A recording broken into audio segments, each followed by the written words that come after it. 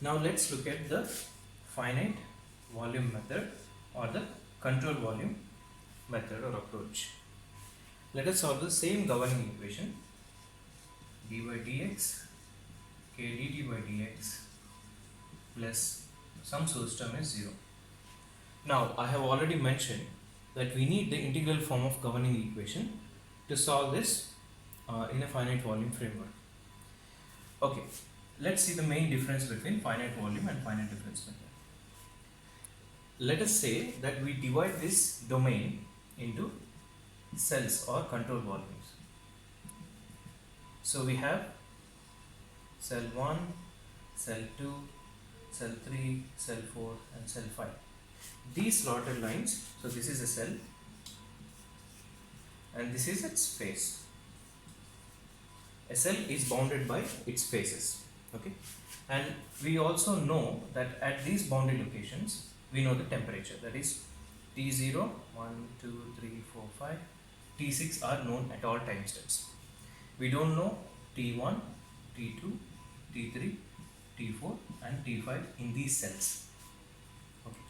So this is the main idea, that we divide the domain into smaller control volumes. Now let's see how we are going to solve this in the finite volume method. Let's look at only one generic cell.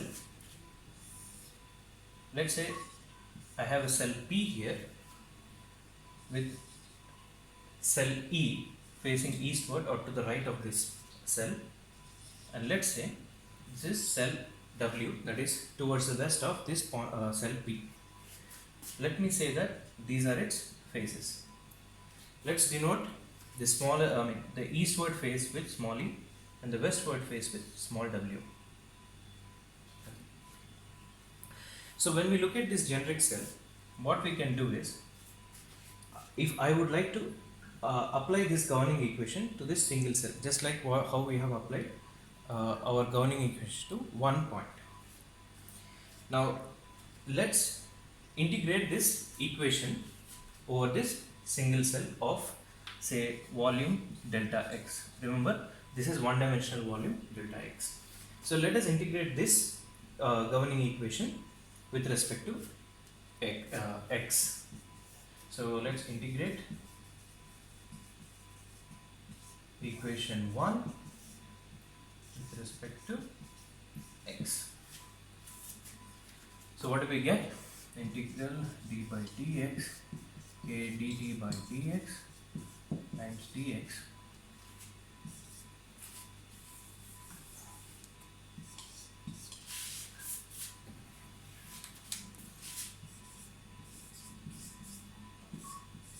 times dx plus integral s dx is 0.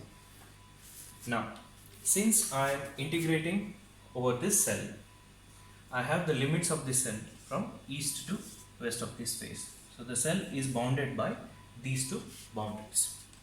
Let's see what happens.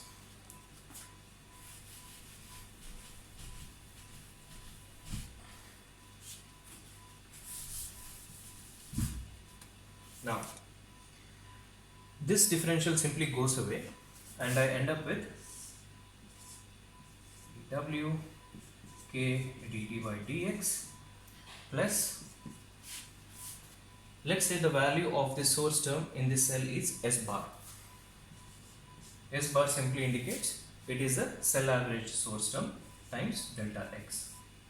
Okay, so this is say this is independent of x, and this is the cell averaged value that we have. S bar is in this cell, we get this outside, and integral of dx between east to west is the volume of the cell, that is delta x.